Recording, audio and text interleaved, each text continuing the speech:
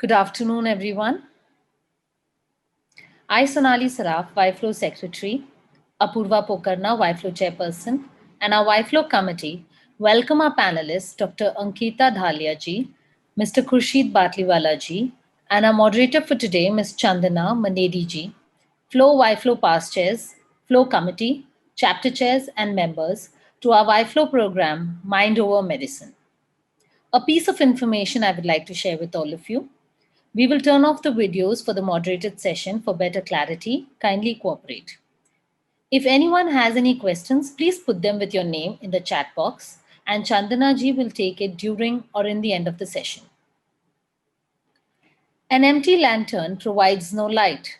Self-care is the fuel that allows your light to shine brightly. On that note, can we now have the lighting of the lamp, please?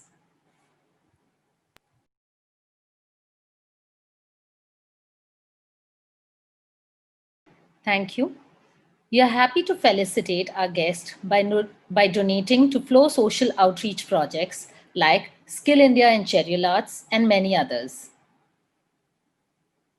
Can we now have the slides, please, for felicitation? Mr. Khurshid, Dr. Ankita,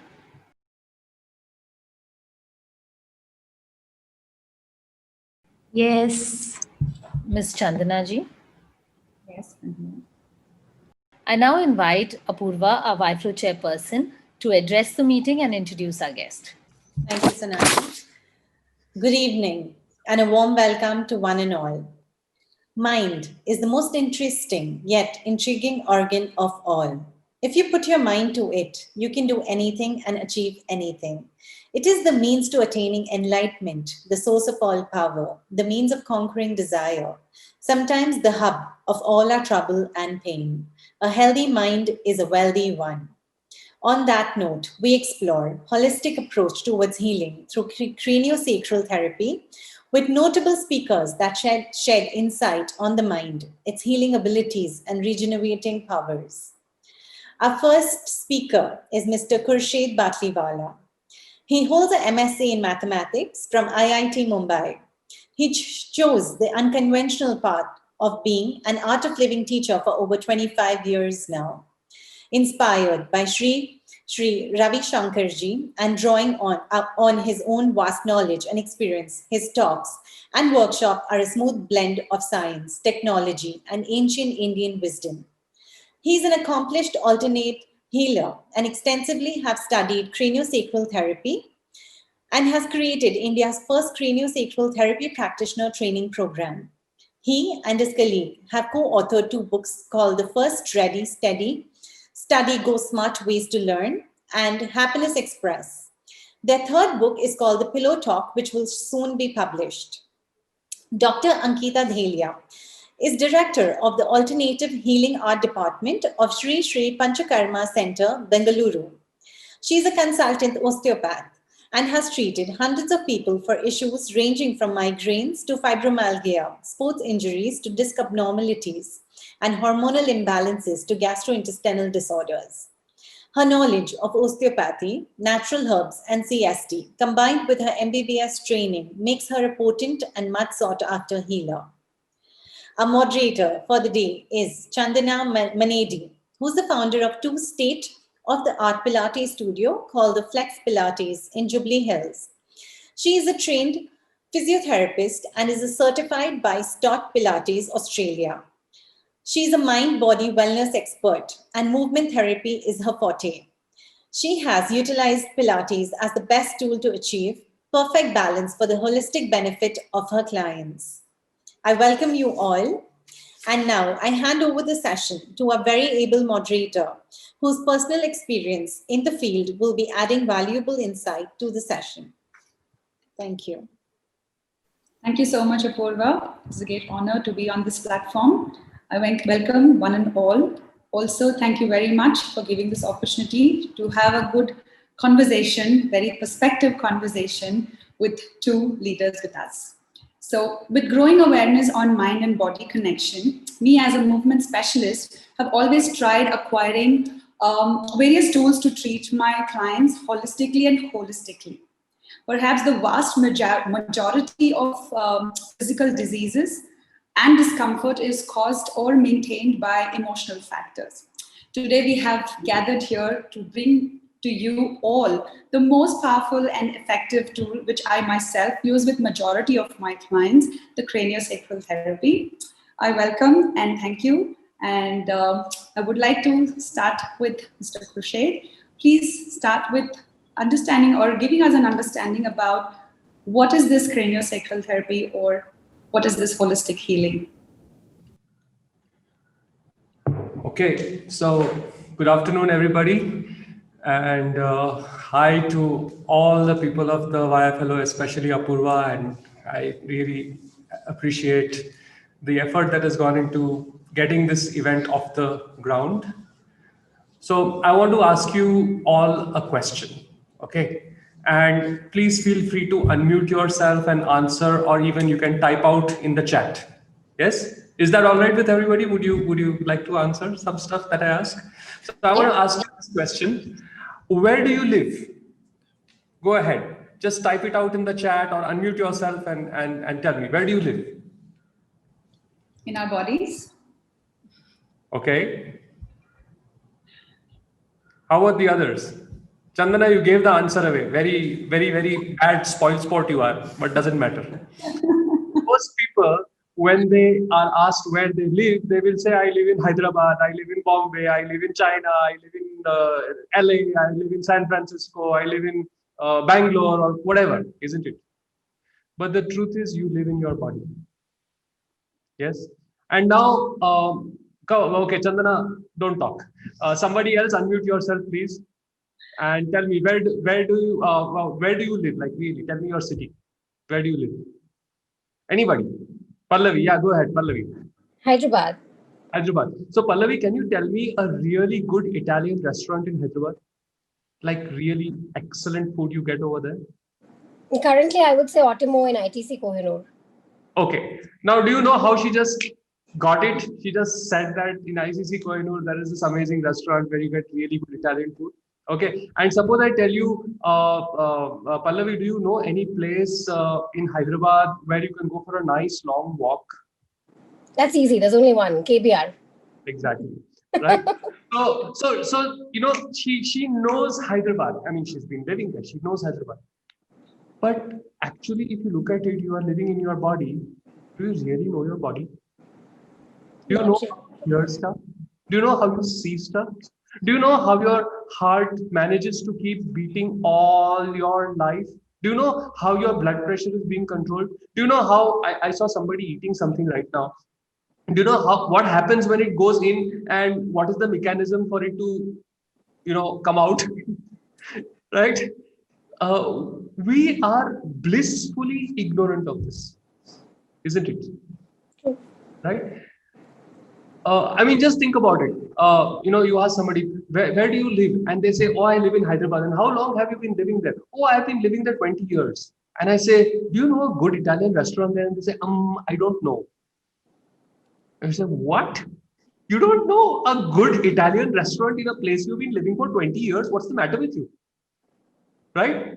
Yet, do you notice this is something that if you are asked, how does digestion work? Or, like I have a hairband here, if I throw it and I catch it, how did you catch it? I mean, the kind of complex physics, chemistry, and biology that is involved would keep a legion of scientists very busy. Yeah, you would need to calculate the trajectory, and you would like to find the cosine and the sine, and you would have to solve some differential equation. God knows what to figure out where to put your hand in order to catch it just like that. No, we take it so completely for granted, isn't it? Our bodies are miracles. We ourselves are miracles. I mean, just think about it. All of us started as two little cells deep inside the fallopian tubes of our mothers. Isn't it? Two little cells. And out of those two little cells, one little cell was a really special cell because it was the one that won the race. How many million sperms are released? About 3 million sperms में से one little sperm managed to go there and fertilize that egg, and that became you. You started life as a winner. You won the most important race that had to be won, and the prize was life. Yes, have you ever thought of it that way? You know, sometimes you have a bad, sometimes you get fired, sometimes you have a fight. Just bring this into your mind. I won the most important race ever. The race that needed to be won, I won. And I won out of 3 million, not like 10, what? 300 million. I won out of 300 million participants. I came first. No? Now just think about it. You've got this sperm and you've got this ovum, and they meet. And in craniosacral therapy, what we call an ignition happens. The first spark of life happens, right? And amazingly, in 9 months' time, approximately, a fully functional human being is delivered. 2 little microscopic, can't even see things become us, right? And it's not that, you know, I mean, everything is working most of the time, right? Now, the basis of any holistic healing technique is basically something like this. It is that the body knows how to heal itself. I mean, come on, if you could create an entire human body out of 2 little microscopic cells, for sure you know how to heal yourself, right? There is an innate intelligence which does not say, okay, tata, bye bye, jai gurudev, you know, now I'm done, I've made the baby, now I'll go somewhere else. No, that innate intelligence is very much present in the body, even now, right? So the body is intelligent and the body knows how to heal. Think about it. You know, you scratch yourself or something on your arm, right? Do you notice you don't need to do anything and the scratch just heals? Yes, no, right? It just heals. And do you notice it makes it exactly how it was before you scratched? It is not that on your arm, if you scratch, suddenly an eye will appear over there or a nose will grow. Isn't it? So that means that there is intelligence in the body. It knows. And it has tremendous healing ability given half the chance. Right? And this is the basis of all holistic healing modalities. Whether it is craniosacral therapy or batch flower therapy or Pilates or Ayurveda or homeopathy, it doesn't really matter. The basis of any alternative healing therapy is the body is intelligent and the body knows how to heal itself. Okay, I'm going to give you a little demonstration. Yes, are you ready for that? Cool. Dinesh, can you come here for a second? So again, I want some answers from all of you. All right. What happened? Abhi, suddenly the camera went off. No, it's on. It's on. Can you guys see? No. Ankita, you move. Yeah. Because my camera went off. Okay, doesn't matter. So, okay, so Now it's on. Now it's on. Yeah, it's on. All right, cool. Yeah. So this is Dinesh, very dear friend. Okay, and he is you know, from the side of his biceps you can make out that he's a lot into fitness and really does a lot of body work and all that. Okay, now I'm going to ask him to simply lift his hands up and bring them down. Okay, and I want you guys to watch him do it. Okay, Dinesh, can you do that, please? Lift your hands up and bring them down. And do it once more.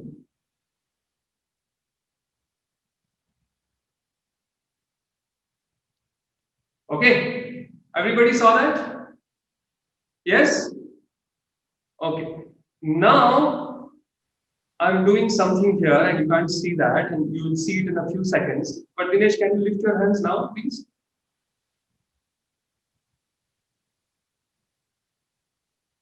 And you notice he can't go beyond that. He needs to really struggle, and one hand is kind of stuck and the other hand is going up. Yes, come on, push through it, Dinesh. Ah! All right.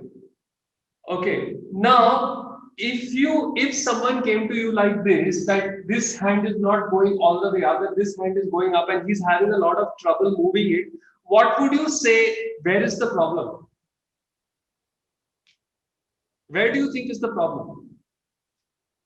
This part is not going up properly. So where is the problem? Maybe the back. Okay. Shoulder. Shoulder. Right? Come on, other people also please unmute and tell me, no. Where do you think is the problem?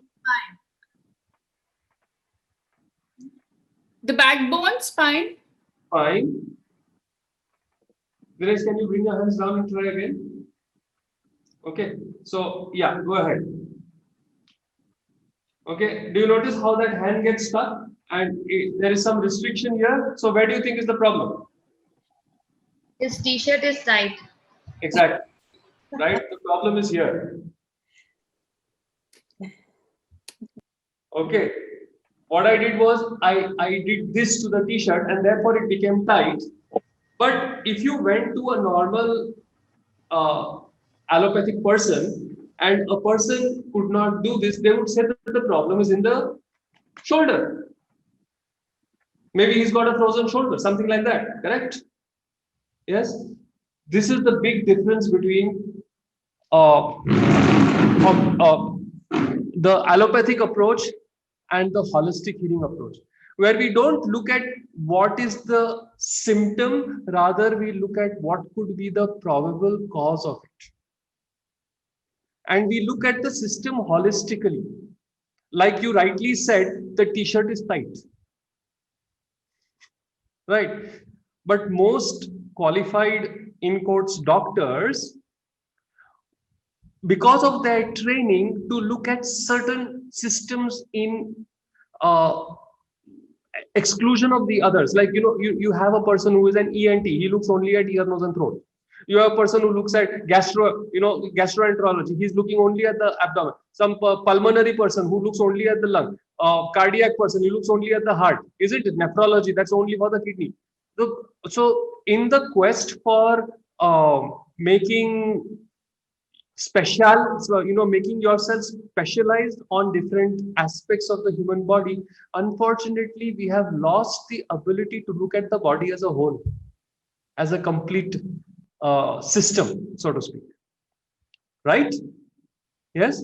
And what all holistic healing modalities, especially craniosacral therapy, does is looks at the body as a again that camera is gone. Abhi, what's happening? My thing keeps running out. Okay, just put it on Ankita. No? Put the camera on Ankita. That's it. Right. Okay, so however much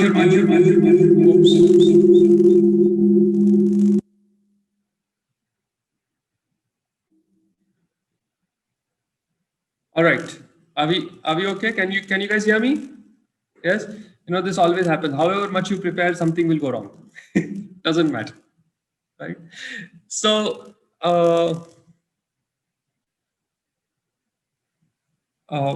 where was I? Yeah, that we look as a holistic healing practitioner, we look at the system as a whole, as a complete system. All right? Okay. And that's a brilliant place to start. And now I want to bring in Ankita over here to talk just a little bit about her experience as a doctor. I mean, she has got an MBBS, she's a proper doctor, but she's also trained in various healing modalities, osteopathy, craniosacral therapy, naturopathy, a bit of Ayurveda, and God knows how many grandmothers she knows, because, she knows all those nuskas that you can think of. She's really, really knowledgeable. And most people, when they look at her, they think that she's still going to school, but she actually heads a full department of wellness at our Art of Living ashram. Okay, so over to Ankita for a little bit of history you can give about craniosacral therapy and touch and all that. Coming to touch, touch is the first sense we acquire. When a baby is born, it learns to recognize people by seeing, even recognizing the mother and giving a smile. There is a term for it. It's called social smile, or recognizing the father and smiling, recognizing people around and responding to them. That comes only after 6 weeks of age. Understanding different sounds. Someone is clapping, someone is doing some sound of a dog, sound of a elephant. All that comes with training. They are taught, okay, this is the sound of a dog, this is the sound of a cat, and this is the sound of an elephant. And they learn to differentiate and understand sounds also much later. They can't really differentiate between the sound of different people, different animals till a very long time. The smell, only sense of smell the baby has is of the mother's milk. No other smell the baby understands. But the one thing that the baby is very particular about is touch. You make some very fancy clothes with all sorts of stitches here and there, and the baby will come out of it, will not wear it. Because it wants something soft. It has the sense of softness. The baby is crying, constantly crying. And so many people will do all sorts of make faces, make sounds, do different things. The baby doesn't become quiet. So many people take them in their arm and just keep moving around, rocking the baby. The baby doesn't become quiet. The moment it reaches the mother's lap, the moment it gets the mother's touch, it stops crying. Touch is a magical thing. And every other sense we have, we train it.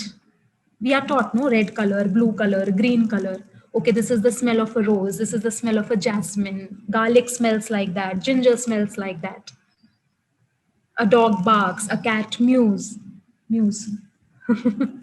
So, a lion roars. We are taught to differentiate between sounds. We are trained in sounds. We are trained in what is a color, what things look like. We are trained in different smells. We are trained in different tastes. This is sweet, this is sour, this is salty. The only thing we are never trained in is touch. And yet we know it. We know how to differentiate. And actually, you are told don't touch. This is the most often used statement by every mother and father to their kid. Don't touch, don't touch, don't touch. And right now it has even a lot more. Yeah, and now it has become even, now it is with this COVID and all, it has become even don't touch, don't touch. Right. But it is again such a thing that we all know different touches.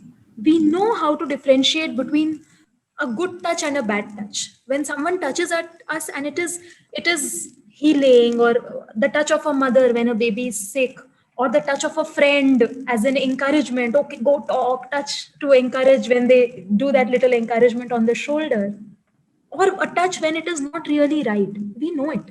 Has anyone taught it to us? It is one sense that is really sophisticated when we are born with. At that time, we really need soft clothes. But when we grow up, we can actually go out with anything. Right? It is one sense that we actually don't culture. We take it for granted. And a big thing about touch is that we cannot turn off touch. We can close our eyes and be blind to seeing whatever is going on. We can plug our ears. We can just not want to listen to something that is there. We are not tasting when we are not eating. We can even put some our arm or some cloth here if there's some foul smell around. But can we turn off touch? Can we stop feeling? Do we stop feeling the cold?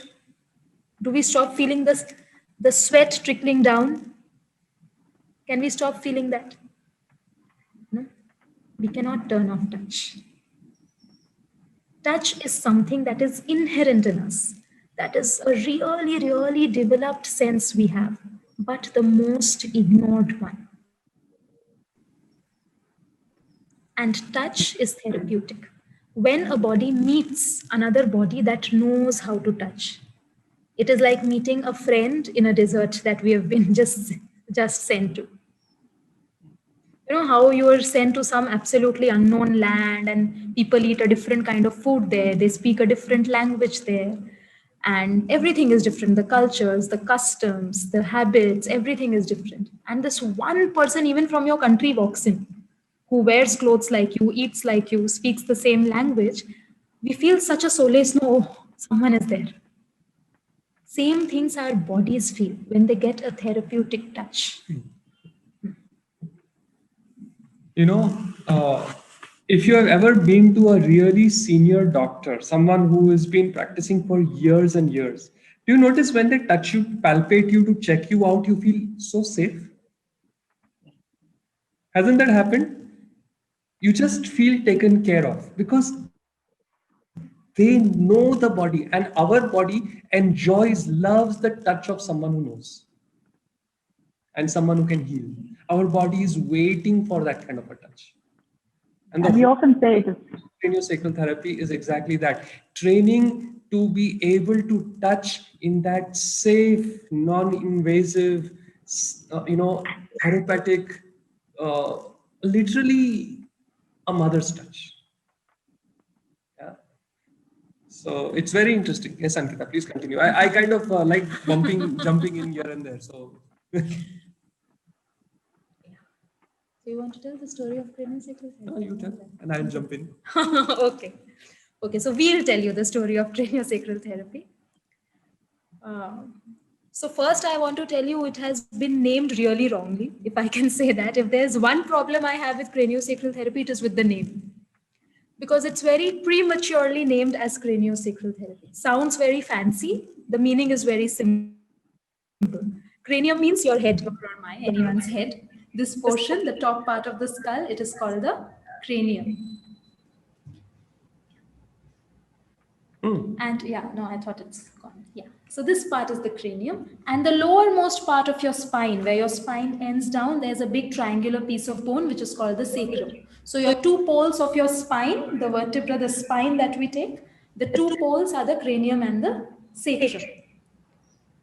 And the therapy was named after cranium and sacrum. We'll come to it why, as craniosacral therapy.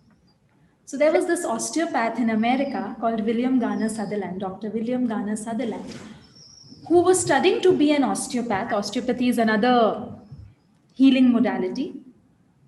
And when he was studying to be an osteopath in his college, he found the bones of the skull kept in one of the laboratories.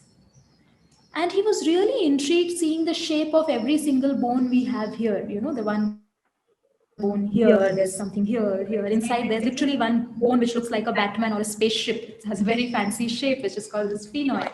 So he saw these bones, and he saw the edges of the bone were very funny. They were beveled and they looked literally like the gills of a fish. So yeah. Now, there is something very interesting about the human body. And that the interesting thing is that the structure and function in the human body are related. Okay. If you check out your ear, I mean, it's difficult to check out your ear, but when you're looking at yourself, you can actually do it. You can actually check out your ear. So if you look at the shape of an ear, it is a very weird shape, isn't it? Yes, Ankita, show your ear. I have a very big ear. Okay. You see that? It's a very weird shape. Really weird shape. I mean, why is it shaped in that way? The answer is astounding. It allows you to understand where the sound is coming from. Do you notice if you are sitting in a room and someone shouts from the bottom of the room and someone shouts from your right and someone shouts from your behind you, you make out that, okay, this is from here, this is from here, and this is from there. Yes or no? You make it out. The shape of the ear like this allows you to get spatial awareness of where the sound is coming from. That is why the ear is shaped like this and it's not smooth. So structure and function in the human body are connected. If you look at your stomach digests food. So the inside of the stomach creates a lot of acid and it regenerates its cells all the time. If the stomach did not regenerate itself, it would digest itself in one day. right? So the inside of the stomach is created to digest food. Your ear is created to listen to things. So structure and function in the body are related. This is one of the first basic fundamental principles of osteopathy. Now, you only tell me, what do you think is the function of the skull? What is the function of the skull? We have a very hard skull. Yes? Why is it hard? What is the function of the skull? Come on, someone tell me, please. What do you think is the function of the skull? Protect your brain. Protect our brain. Protect your brain. It's to protect your brain. Exactly. Right? Now, if you want your brain to be protected, right, then, and if you have ever looked at even a drawing of a skull, do you notice that the way the bones join is like a zigzag way? It's not a clean joint. It's serrated. Right? Now, any architect worth his salt will tell you that if you want to make a structure strong, you keep straight lines. Right? I mean, imagine the Taj Mahal being built with like crooked lines like that. It would have collapsed like long time ago, isn't it? Now, if the skull is supposed to keep the brain safe, then nature has made a big fat mistake by making serrations over here, because clearly it is a destabilized structure then. And yet structure and function in the body are related. So how come we have got these serrated structure? It's not that the body cannot make proper straight lines and circle. Like if you look at the shoulder bone and all, it's perfectly round. Right? So it is not that the body does not know how to do it. The body can make straight lines and rounds perfectly well when it wants to. Over here, why has it given this crazy structure like that? What is the point? And this is what Sutherland started thinking. If structure and function are related and the purpose of the skull is to protect the brain, then how come nature has put these serrations there? And then, like Ankita said, he thought of the gills of a fish. If you look at the gills of a fish, you notice they are also serrated like that, right? Isn't it? They have that little fan-like kind of thing. And the gills of a fish are for breathing. And so why has nature put breathing apparatus up here, where clearly there should not be any breath? And so he concluded that the bones of the skull should move. The bones of the skull are not fused, they actually move. And this was such a ridiculous statement that he thought he was 100% wrong.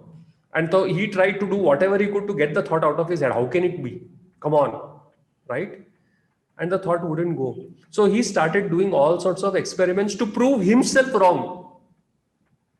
Fortunately or unfortunately, those experiments succeeded. And he actually ended up proving himself right.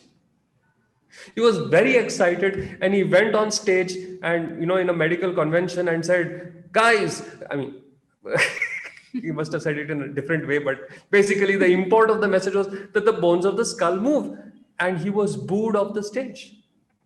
He was told that if you say such ridiculous things, we'll take away your license. But as far as he was concerned, from his experimentation, he knew this was true. And now the medical council had banned him from even experimenting. So he had only his own body to experiment. So he did all sorts of crazy stuff on himself. And he made all sorts of helmets and straps and things like that, which would allow him to restrict movement on one side of the skull and let the other side of the skull move and all that. And he found that when he would restrict movements, certain systems of the body would get compromised. One part of the skull you restrict, digestion went for a toss. Another part of the skull you restrict, respiration was not all right. Another part of the skull you restrict, high blood pressure happened. Not only that, when certain parts of the skull were like allowed free, he started getting some very euphoric experiences also.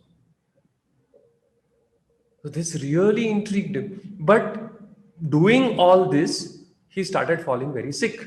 Obviously, one day high blood pressure, another day respiration doesn't work, third day the urinary system doesn't work, and so on. He started falling sick. And his wife told him, like, please stop this. I married a wonderful, handsome American guy and you have become a basket case, really. And anyway, nobody's going to accept all your theories. So why are you torturing yourself? I want my husband back. And he listened to her. He said, okay, I will stop. And then as fate would have it, he went for a walk. And he was walking on the banks of Lake Erie. Lake Erie is one of the great lakes which feed the Niagara Falls. So you can imagine it's such a huge lake, right?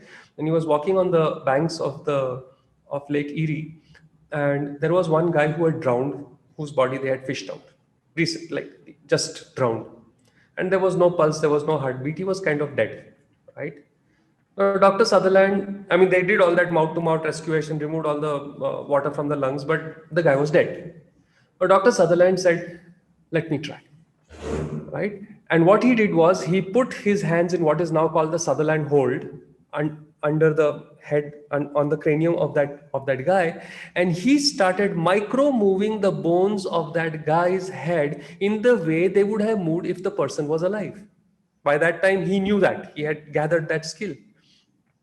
And as he did that, 4 or 5 minutes later, and as far as other people were concerned, it was just this guy just putting his hands there, nothing else. As he did that, the guy suddenly woke up, coughed, and asked for a cigarette. And at this point, Dr. Sutherland realized, oh my God, I saved a life. The technique that I know has brought a person back from, in quotes, dead. And so he said, I don't care what the medical association does. I don't care, if they take away my license. I don't think my patients are anyway looking for a license. They are looking to get cured. And he started giving those treatments. And he started seeing absolutely phenomenal results in his osteopathy treatment. Like what would take him a month of treatment, he could finish off in a week. Yeah, there are stories of people who were, their skulls were bashed in because of accidents, and 3-4 hour treatment he would give, and they would come out looking as if nothing had happened to them. So, of course, this fame started spreading. Many people started coming, and then, of course, the other doctors also got interested. And finally, dhandhe ki baat hai, right? So they went to him and said, well, what is it that you are doing? How come you are getting these kind of results? And he said, well, I'm telling you, the bones of the skull move.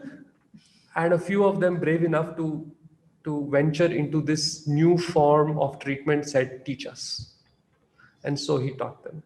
And that is how the therapy started. He called it osteopathy in the cranial field, right?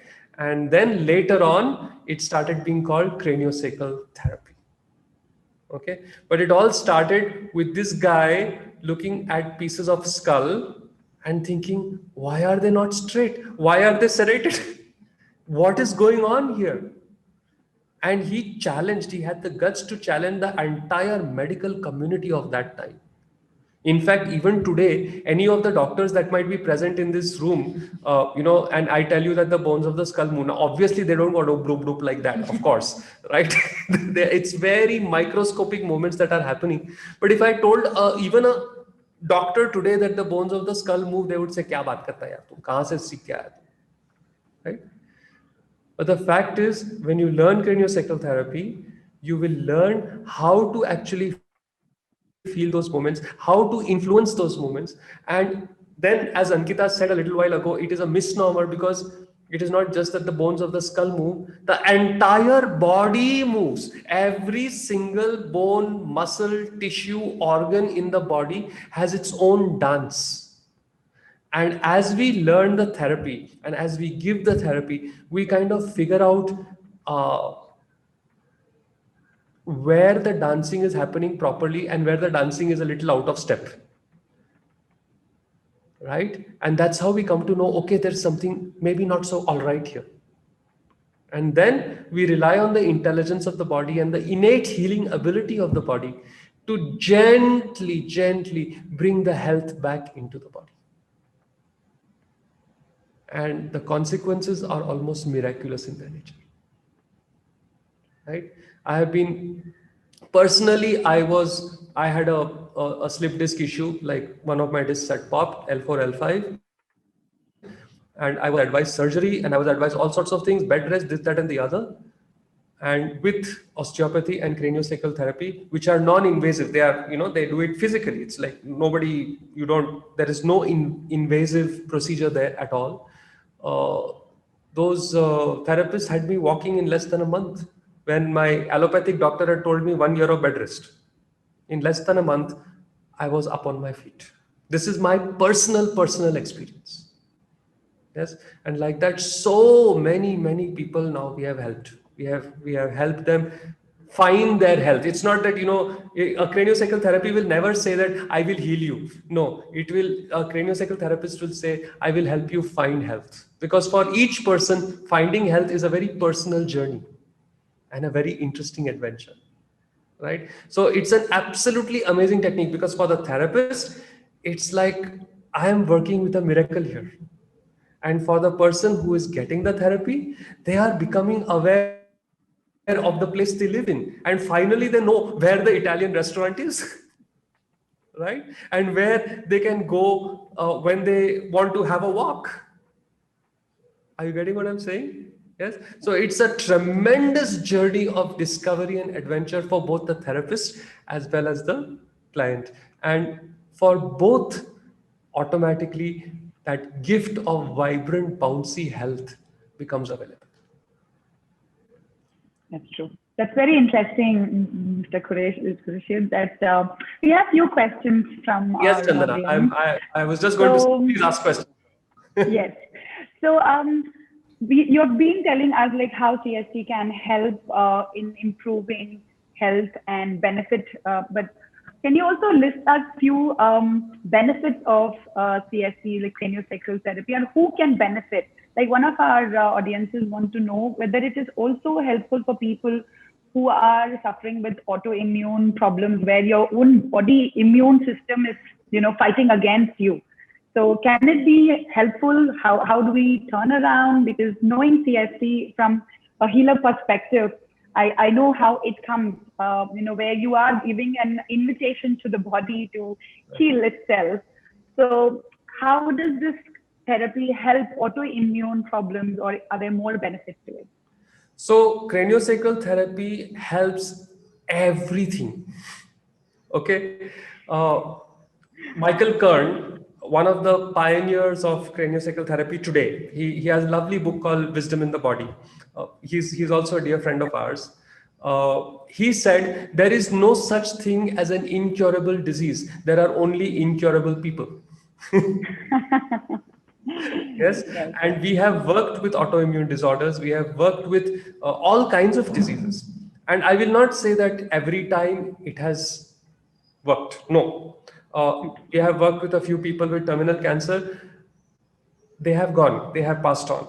But they have passed on with much less pain. It has been easier for them. The journey has been easier for them. On the other hand, of course, we have, I remember there was this one lady who had come to me with a back problem. And, I'm expert on back problems, right? I went through them myself. So self-experience. Yeah. So she couldn't even walk up my stairs. I have 5 stairs to come into my house. She couldn't even walk up my stairs. She took like 3-4 minutes to walk up those 5 stairs. She was in so much pain.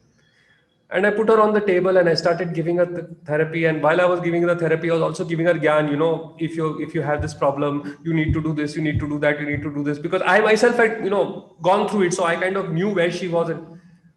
And then at one point in the therapy, her body just gave a kind of a jerk. And she opened her eyes and she said, it's gone, the pain is gone. And I'm like, what are you talking about?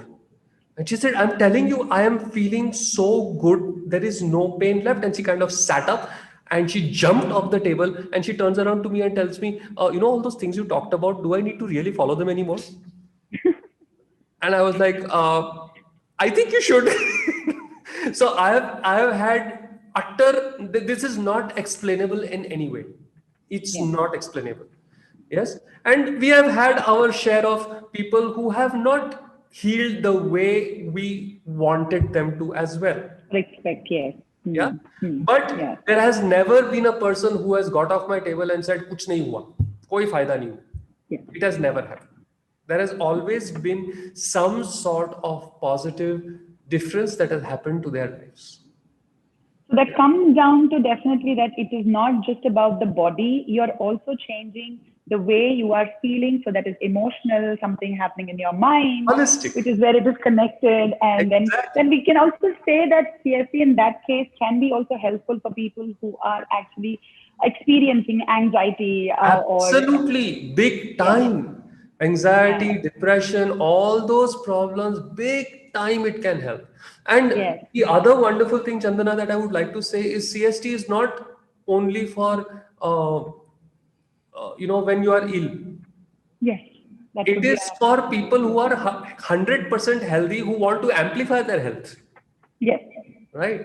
So there's always a scope to get better. Yeah, like it's literally like massage, I mean, you don't need to have a problem to have a massage. You can go and have a massage just for the fun of it, right? In fact, I have a few clients who are CST addicts. I have this one guy in Bombay. I go to Bombay once in a while, and I have certain slots. Like if I allowed it, they would make me do CST from 6 a.m. to 10 p.m. But I kind of say I do 2 sessions a day, not more than that, because otherwise I can't do anything else, right? So so the 2 sessions a day get booked like way in advance, right? And then there is this one client of mine. He tells me, Baba, people call me Baba. I'm a Parsi. So people call me Baba. Baba, if anybody cancels, you let me know. I will come and fill the slot. I will not book like 3 slots for myself because I want other people to benefit. But if anybody is stupid enough to cancel, tell me, I will just come. Right? So you don't need to be ill to take CST. You can be perfectly healthy to take CST. This is one. And 2, it can be given for any condition, absolutely any condition. There is no contraindication whatsoever. There was a question on the chat which said, can it be given to kids? Yes, it can be given to just born babies. In fact, we encourage it. Yes. Just newly born babies with their mothers, we give the treatment. It is such a phenomenal experience for the mother and the child and the therapist, all 3. Okay. So knowing that it can be given to anybody with any kind of problem, no problem. So what can we expect out of a session when it happens? What can we expect, like how the session will go? Difficult to answer. You can definitely expect you will feel much better after. Okay, you feel more alive after. You feel more space in your body after. But for each person, see, each of our bodies and minds are different, no? Yes. So for each of us, the healing journey is different. And so we can never predict where it will go. We only know it will go in some positive direction. Right?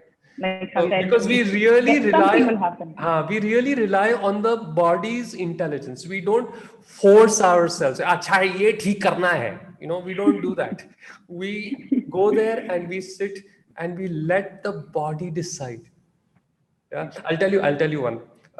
This is my own sister. Okay, so again, she had some back issue or something like that, and as usual, if you are घर का कोई होता है तो last बुलाते हैं ना. सब कुछ try करने के बाद ही, so will you come home and do that thing? It's called like that. Come home and do the thing, right? I said, all right, I'll come. So I went home and I started giving her the treatment, and her body, I mean, she had a pain in her back. She could hardly move. And all I could feel was her face. I could feel that there is something going on with her face. And I was really like, what's going on with her face? I mean, why is her body not doing its job of fixing the back, And then once the treatment is over, I said, how are you feeling? She said, I'm feeling very nice. I said, what's going on with your face? She said, I have these pimples and I really hate them. So the body made that a priority. The pimples were a bigger priority for her than the backache. So the body actually went there, and she actually told me in 3-4 days time that the pimples went away and she was feeling so much better. And there was hardly any mention about the backache. So we really don't know where the body will go. But we do know that it will go in the best possible direction for that person. Right. True. If I may ask also that in a session, what is that therapist or the healer does, or you're saying the touch is something that we use in CST, right?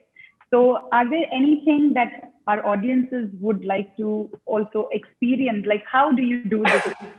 So unfortunately, we cannot do an, hello? Yeah, you're there. Unfortunately, we cannot do an experience for the audience, right? Because it's a touch therapy. I need to touch you.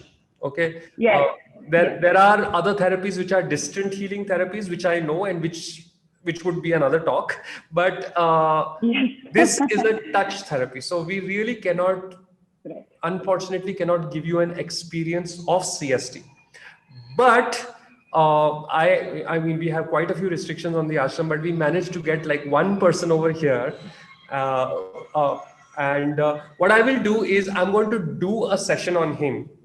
Okay, I'm going to do a short session, very short session on him. And while I'm doing the session, you can ask more questions to Ankita. So you guys can actually see what's happening. Yeah. All right. Okay. So we just have to set up the camera a little bit. So give us a few seconds. Yeah. So meanwhile, if I can ask also a few more questions that, our audiences have been asking. Where do we find also qualified therapists? Because it is so wonderful therapy, I'm sure, our audiences would like to experience in person. So is there any way that we can have these qualified therapists? Chandana, we'll answer that question in a minute. Let me just show you something. Okay. So I've got Atul over here. This is Atul. Okay. Now, Atul, I'm going to do a little bit of craniosacral therapy on you. What I want you to do is I want you to touch your toes. Okay. So, yeah, touch your toes. How comfortable are you over there? Touch your toes. So do you notice how far he is going? Like he can put his fingers kind of into, and don't bend your knees. Keep your knees straight. Cheater. He's a yoga trainer. All right. So you notice he goes up till there. All right. I mean, he's touching his toes pretty easily, but do you notice how his fingers are? All right. Now I'm going to put him, thank you. That's it. Okay. Now I'm going to put him on the table. All right. And I'm going to work on him a little bit and we will see what changes. Okay. And we'll keep this camera on so that you can see what I'm doing, though it's intensely boring to watch. I'm just going to keep my hands on his thigh, nothing more than that. All right. So we will keep this camera on and meanwhile you can talk to Ankita and ask her other questions. So we were asking about the qualified therapists, where we can find them too. So what we will do is So we have a lot of qualified therapists actually. Just from our batch now, about 100 of them have just given their exams and graduated. So we have about 100 therapists already ready in the country, and there are of course few more who are also practicing. So we have our website, which is Sri Sri Center of Healing Arts, SSSOHA.com. In that, in therapists area, students area, you can find a lot of them. And there are quite a few practicing in Hyderabad, actually. We have someone who has opened up a full-fledged clinic and a very nice setup in Hyderabad. So maybe I can share the details with you. Yeah, with Apurva, with Chandana, we'll share the details with you and maybe they can share with you. The maximum crowd here is Hyderabad, right? Yeah, but we do have a section where you can find therapists from all across the country, and we have. Under construction right now. Yeah. Yeah, our website is under construction, but very, very soon it will be ready, where the therapist area can be accessed, where you can find people working all across the country, and few of them are also based in Singapore and Dubai and Russia. So we also have some internationals listed on the website. It's www.SSSOHA.com. We'll send the link also. Yes, okay, that will be better. And also, while taking this therapy, does nutrition play a role, or do you recommend any kind of dietary changes or nutritional advices while we are on this kind of a therapy? While you are on a therapy, see, CST per se is not directly related to what you are eating or with the time of eating or anything like that. But yes, when we do a session and we feel something going on with them, we might recommend some tips or some do's and don'ts for a person specifically, but it would be very specific to the person who walks in and not like a very generic thing. Yes, we do tell them that you be on a little light stomach because not everyone likes to lie down just after having a full meal, but otherwise no dietary restrictions. Okay, we couldn't hear you there, Dr. Ankita. Can you hear me now? No, we can't. Very barely, very barely. Huh. Just one moment. Is this better? Yeah. Yes, much better, much better. Oh, that's good to know that, you know, it can work together, but then not specifically during the sessions or for the sessions. That's what you're saying that. Okay. No, and there are no diet restrictions as such when a person is doing or coming in for a craniosacral therapy session. Okay. Okay. And the another question we have is that how many sessions or how often should we repeat this kind of sessions? Is it a one-time thing, or do we need number of sessions? And if yes, how do we know, or you will know? See, again, it is a, again, is my voice gone? Am I audible? Again, it's become very barely audible. Okay. Yeah. So again, with the craniosacral therapy, see, some people will show a major change like that Bawas, that girl who jumped off the table in one session. Some will take some time. You know, every body is different and the requirements in every body are different. So I generally tell people when they are coming from outstation or something, I tell them you plan for at least 3 sessions and we'll see if you need more. We say anything between 3 to 8 or 3 to 10 sessions is a good number. Because what happens is one thing gets better and then maybe there's something else that shows up for you. And because it's so holistic, it's like, you know, all the shabby areas in the body will light up. Yes. And body will know that you're talking to the body. Yeah. And then it shows up. Yes. Yes. Yeah. It's like communicating with the body, as you said. So it's a two-way communication here. And maybe a person walks in for a swollen ankle and then there's something like a hormonal issue that shows up. And so we kind of work with everything together. Okay. So, and people are asking, you know, in Gurgaon, in Delhi, where can we find, therapists? So I definitely will share the details send that you you a will list want to. of our therapists. Yeah. Right. We'll send you a list. Yes. And is there any time that should be really there? Because like how Baba said that, you know, in a day you can have 2 sessions. So is there anything like, so that's what, you know, the audience are asking, how many sessions, what is the gap between each session? It's actually very therapist based. So a lot of people will want to give, ideally, mostly we tell people that you give a little gap between sessions. You know, when you give a little gap between sessions, the body gets the time to process it and do some changes that it would like to do. Again, the voice is lower. I mean, your. Just 1 second, I'll connect the mic. Yeah.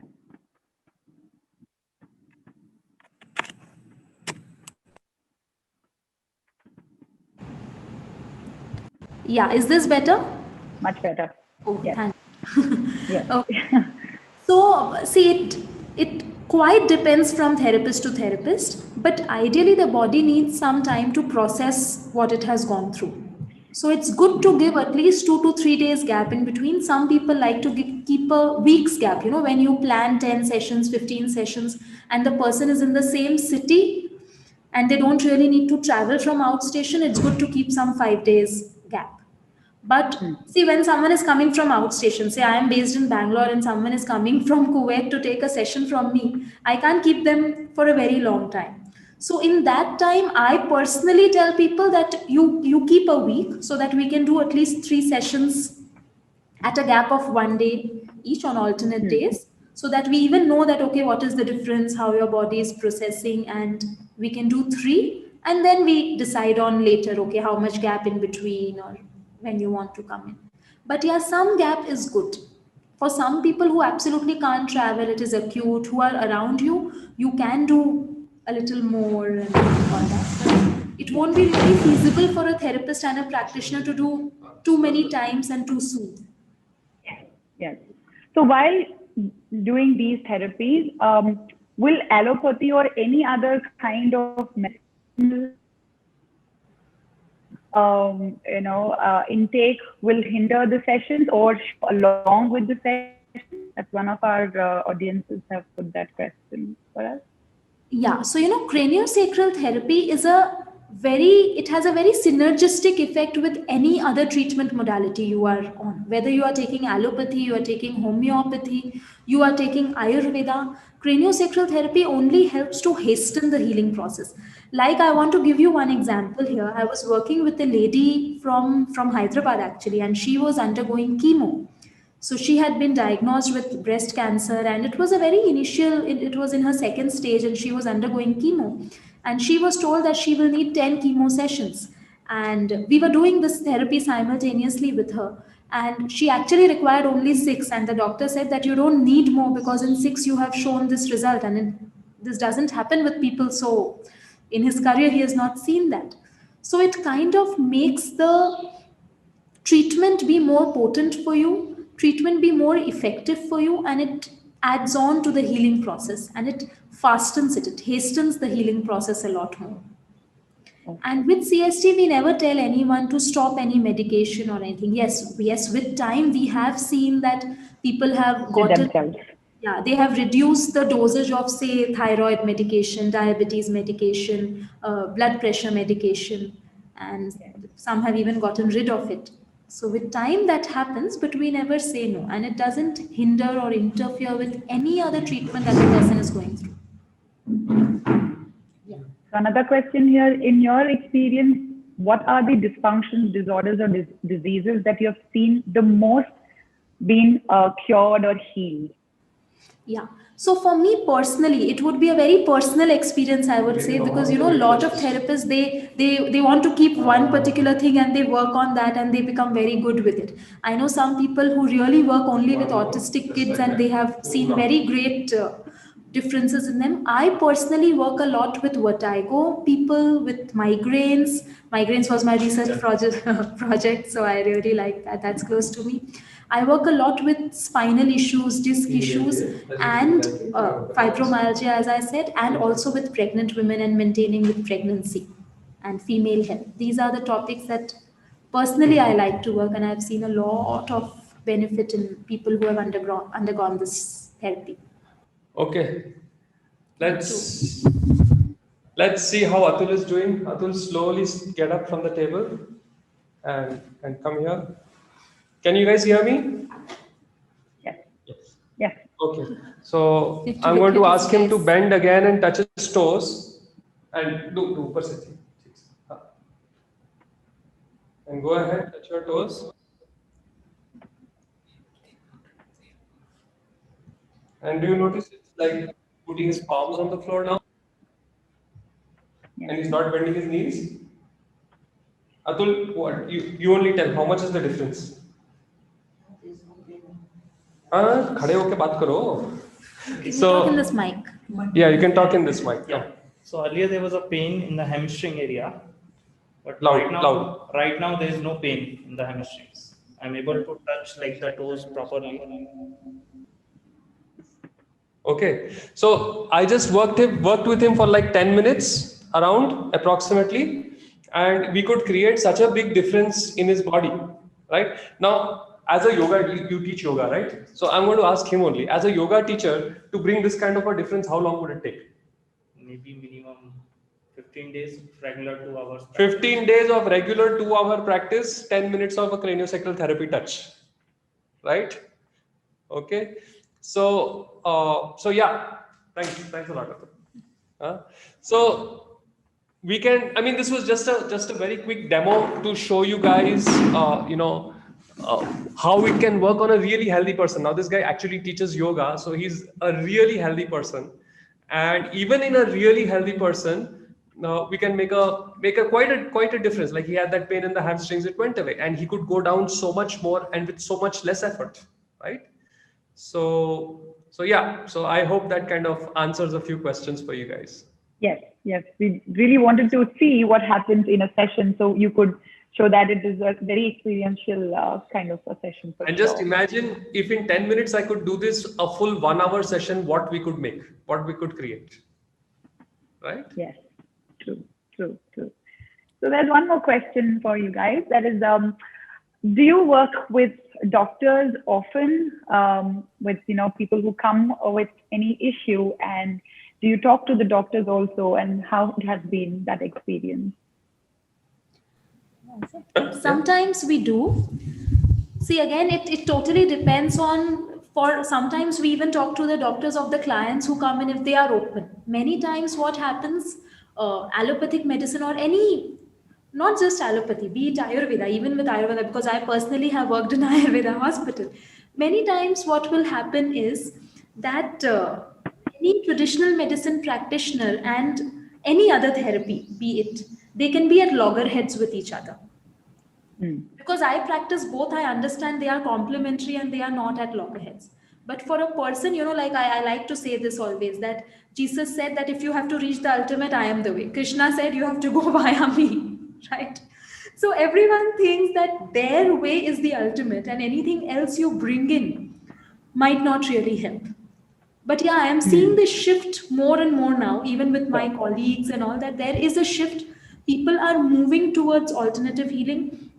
And more than the doctors, the group of people who are the clients of the doctors, the patients, they ask the doctors, can we do something else?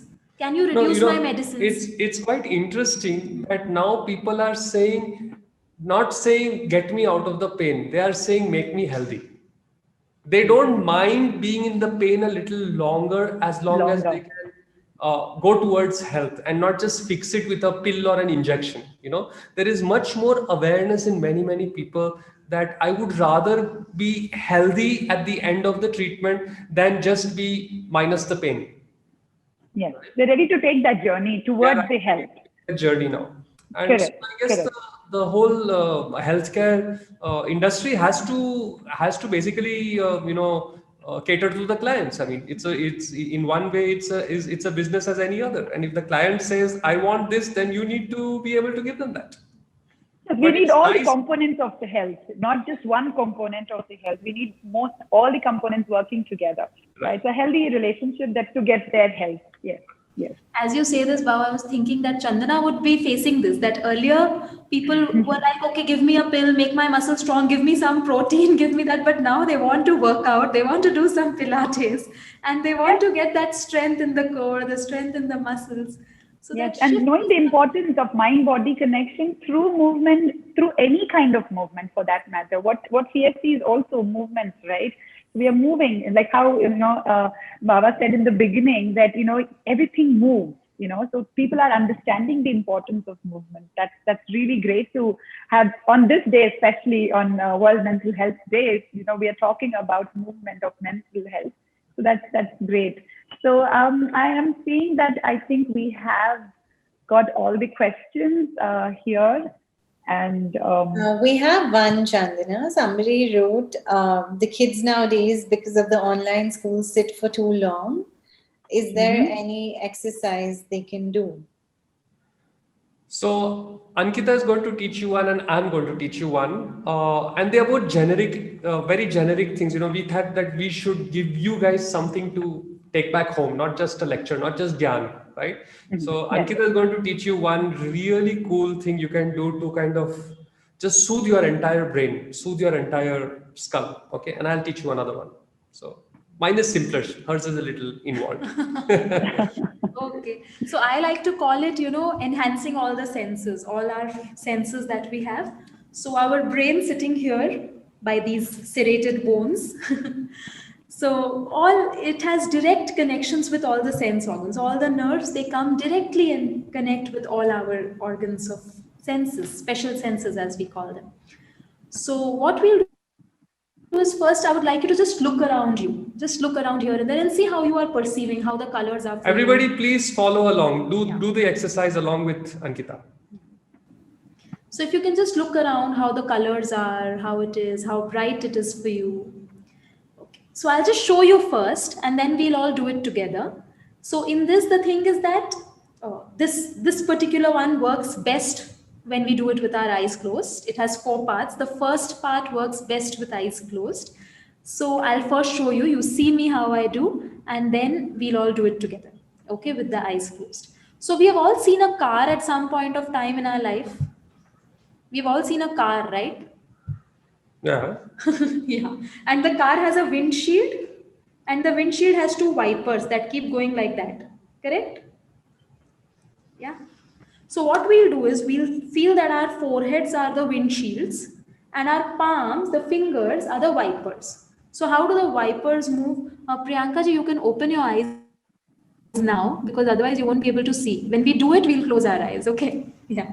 So we'll move the fingers on the forehead like the wipers move on the windshield of the car. So they go left to right, right to left. Yeah, left to right, right to left. Like this, okay? So we'll all close our eyes and we will do this about 10 times. Okay? So we can all do it together. We can do it our own pace. It need not be too slow, not too fast. Just how the wipers move.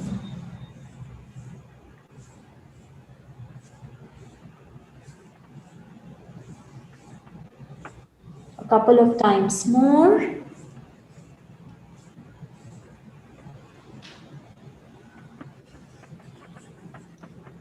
And we can relax. And slowly we can open our eyes. And let's just look around once again. Do you feel things are a little clearer? Little brighter? So this is called clearing the vision, you know. So we clear off everything. Before we want to put in anything good anywhere, we have to clear the old stuff out, right?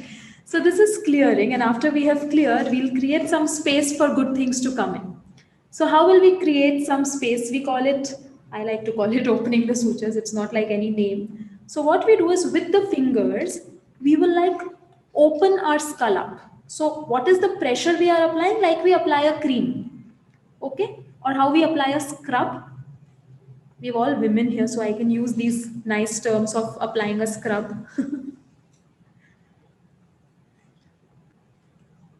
So opening all the way back. So we'll really open. Our fingers are touching the head. Don't worry about your hairstyle. Really open it. Yeah. So about 4 times, 2 more times. We'll open it. Nicely open it. It won't really work as well with one hand as it would be with 2. So 2 hands are better. You're holding the phone with one hand. I thought so. Yeah. Good. And now when we have opened, what we'll do is there are a lot of these nice blood vessels that come just under our scalp. We'll stimulate them. So we've opened, we'll put in all good things. So with the wrist, like we're just tapping different areas of the head. Back, sides, front, top. Nicely tapping. So it should make a nice thump sound as you do it. Sound. So it's not like a very gentle thing and not like you want to break your head off, but yeah, moderate the pressure. And in the end, we have done our opening and putting good things in, we'll integrate everything. So how we integrate is, we'll bring all the tips of all our fingers together and we'll touch the tips of the thumbs on our head. If you can see where my bindi is, so just above the bindi, just above. So I'm literally touching that area. So it's above and in between the eyebrows. And we can close our eyes and we can breathe in from the nose and out from the mouth, like we are blowing air out of the mouth. About 8 to 10 breaths. Long, slow, deep breaths.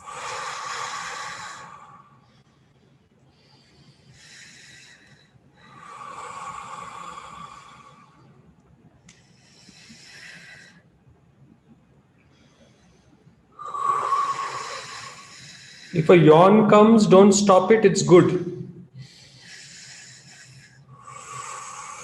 Yeah, yawn is a sign of relaxation. About 3 more breaths.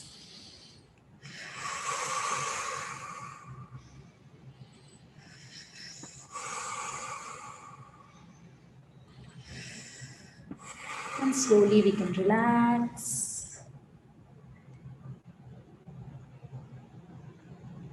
And just feeling the whole of the head region, neck, shoulders, arms.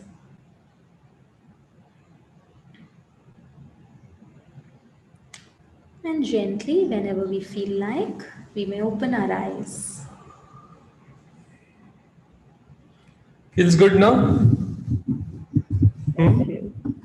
It really opens up this whole area. It's excellent for any kind of headaches, migraines, and if you feel, mera sar bhari ho gaya bolte na, anything, any kind of heaviness in the head, and especially since you asked that question for the children, if they do it because of so much screen time, when they do this, it really relaxes everything again. So it's a great idea that at the end of the in coach school day, you just make the children do this, and it will really make a difference to them.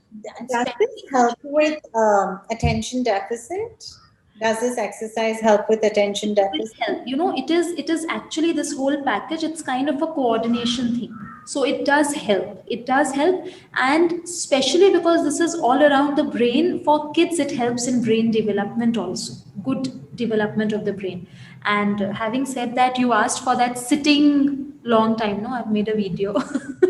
I've made a video on how the head becomes when you're sitting for a long time on the laptop. We'll share the link of that also with you. Great, thank you. Now, like I said, mine is really simple.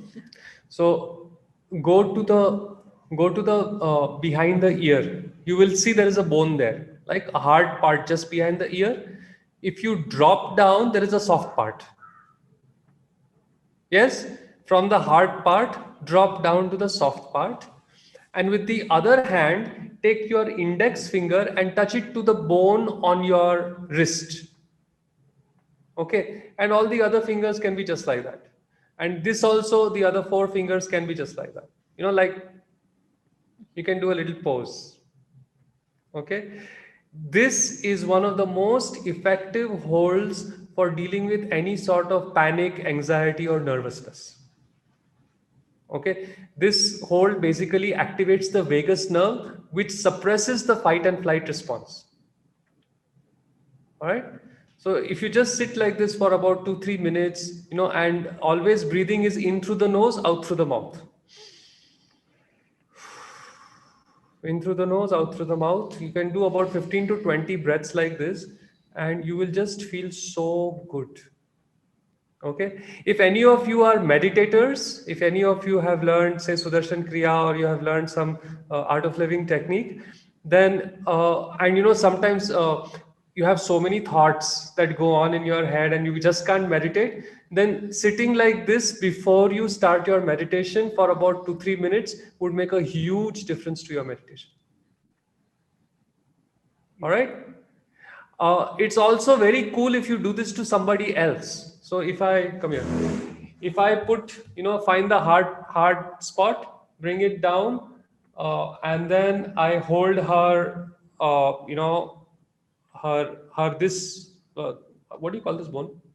It's the ulnar styloid. Okay, ulnar styloid. There you go. So the wrist bone, and if you just hold that and kind of create a circuit for the other person, especially keeping all your hands on their face, they are going to feel very, very nice. They'll feel very relaxed and very, very, very calm, and they calm down very fast. Okay, so any sort of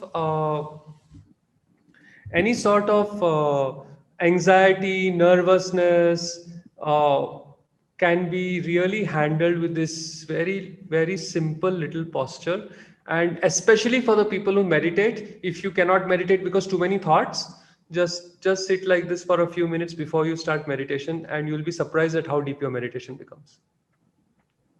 Okay. And we have like tons of these kind of techniques. which we teach on the full course. It's a 2-year course, 9 seminars, 5 days each. It's done over 2 years, where we teach you how to become a craniosacral therapist. And we have so many techniques, yeah, including things like, you will not believe, we have like specific techniques for making you able to sing better. Like, when people do that particular technique, suddenly their voice opens. I mean, always you have 1 or 2 singers in the audience, and we tell them, okay, try singing a song which is really difficult for you. And when they hit the high note, they will crack. And then they do the technique and they sing it perfectly. And they are like, we've been practicing for 5 years, 10 years, and this doesn't happen. And in 5 minutes, you just made it happen. So the human body, like I said earlier, is an absolute miracle. And when you start knowing where things are and how to make them work, life becomes so much more fun. This exercise needs to be done how many times in a day, or how many? Okay, you cannot overdo it. When you are sitting like this and you just sit like this, who's going to notice? You just sit like this, right? Nobody's going to notice, and it's good for you. So, and it's also the attitude when we are thinking, when we are listening. Like also, it's one of the attitudes that we have. Yeah, just to add up. Yeah, true. Okay. Yeah. Okay, I think. So they're asking if we need to do this kind of a course. What is the qualification, basic qualification you need to know? But Baba, I know your story. You need to know English. That's all, because the course is conducted in English. Unfortunately, we don't have a Hindi, Marathi, Gujarati version yet. In time, it will happen. But right now, the course is in English. The assignments are in English. Everything is in English. So you need to know English. I mean, if you can understand this talk, you are qualified. Okay. So that's Sonali, you can take over. Yeah. A big thank you to our panelist and moderator for a very engrossing and interesting session with some great insights on mind over medicine. It definitely showed us a new path to healing. A gentle reminder to save your date for our Braveheart event on 6th November. I now invite Deepti Reddy, our Vice Chairperson, to give the vote of thanks.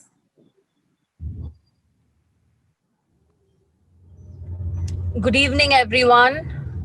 It was truly a very, very interesting session. It was something really different for all of us. Mind and body, not separate. Mind and body are not separate. What affects one affects the other. It's health that is real wealth and not pieces of gold and silver. This is a famous quote by Mahatma Gandhi. On this note, I would like to thank our speaker, Mr. Khurshid Batliwala ji, Dr. Ankita Detia, and Chandana for this beautiful session. It was so informative and different to all of us. It was really nice, and we're all looking forward to attend one with you. Thank you. And I would like to thank all the Flow and Y Flow past chairs for making your gracious presence today. I would like to thank our IT and media team for your flawless online experience. And last but not the least, our committee for your boundless enthusiasm and all the time and effort. Thank you so much. Thank you all for your participation and encouragement. We indeed look forward to having more engrossing and power-packed events for all of you. Namaste.